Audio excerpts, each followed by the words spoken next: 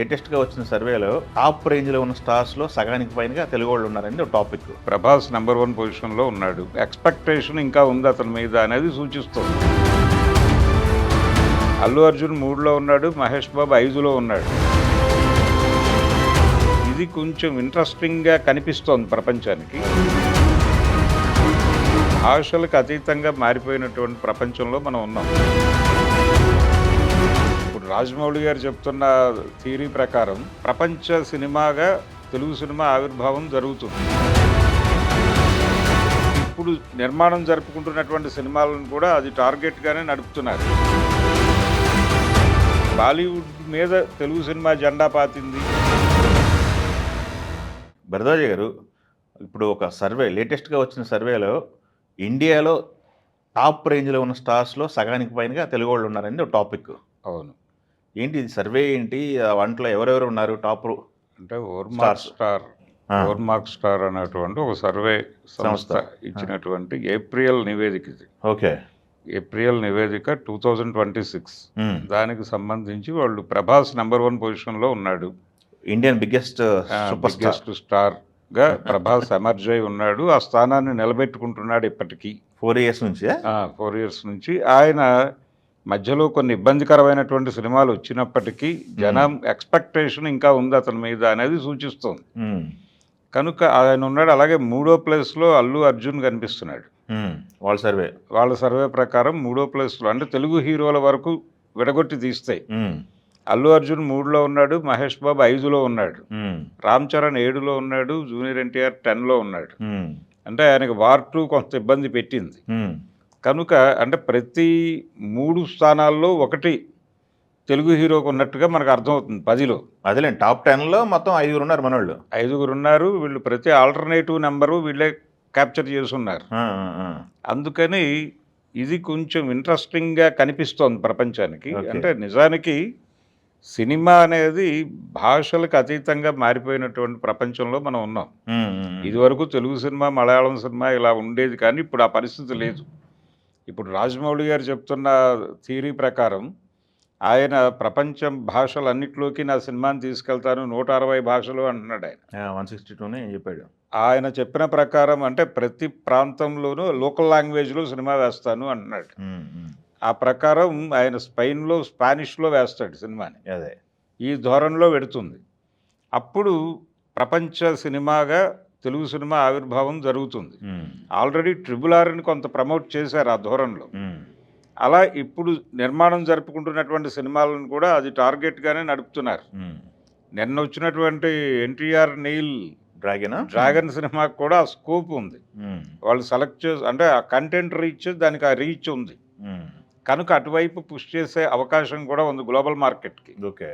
కనుక ఇప్పుడు సినిమా అనేది 3 విభాగాలుగా చీలుంది. ఒకటి global cinema, pan India cinema, local cinema. అంటే లోకల్ సినిమా మాత్రమే తెలుగు సినిమాగా మాట్లాడాలి. ఆ పై 2 తెలుగు సినిమాలుగా చూడటం కుదరదు. అది పాన్ ఇండియా సినిమాని తెలుగు సినిమాగా చూడటం కుదరదు. అలాగే పెద్ద హీరోలు ఎవరు కూడా లోకల్ మార్కెట్ సినిమాల్లో లేరు. కాబట్టి వీళ్ళని కేవలం తెలుగు హీరోలు అనడం కూడా తప్పే. అదేలేండి. ఇంతకుముందు ఇక్కడ డిస్కషన్ పాయింట్ ఏంటంటే, ఇంతకుముందు ఇండియన్ హీరోలు అంటే బాలీవుడ్ స్టార్స్ ఉండేవాళ్ళు, మొత్తం ఆక్యుపై చేసి. అవును. ఇప్పుడు తెలుగు హీరోల డామినేషన్ స్టార్ట్ అయింది అనేది డిస్కషన్. తెలుగు హీరోల డామినేషను, తెలుగు సినిమాల డామినేషను గొడవ చాలా కాలంగా జరుగుతోంది.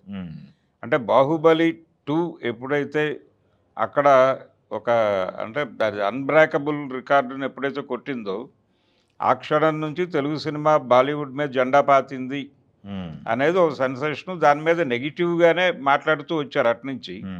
మధ్యలో దురంధర్ అనేది ఒక ఆశాదీపంగా కనిపించింది. అంటే మన డైరెక్టర్లు చేస్తున్నటువంటి ప్రయోగాలు, ఇప్పుడు అక్కడ డైరెక్టర్లు లిస్టు వేస్తే మళ్ళీ ఒక 4 తేల్తారు అక్కడ. అంటే రాజమౌళి కావచ్చు, సుకుమార్ కావచ్చు, సందీప్ రెడ్డి, వంగ కావచ్చు, మళ్ళీ ఒక 4 ముఖాలు తేల్తాయి. అలా ప్రతి విభాగంలోనూ తెలుగు సినిమా ముద్ర వేసేసింది.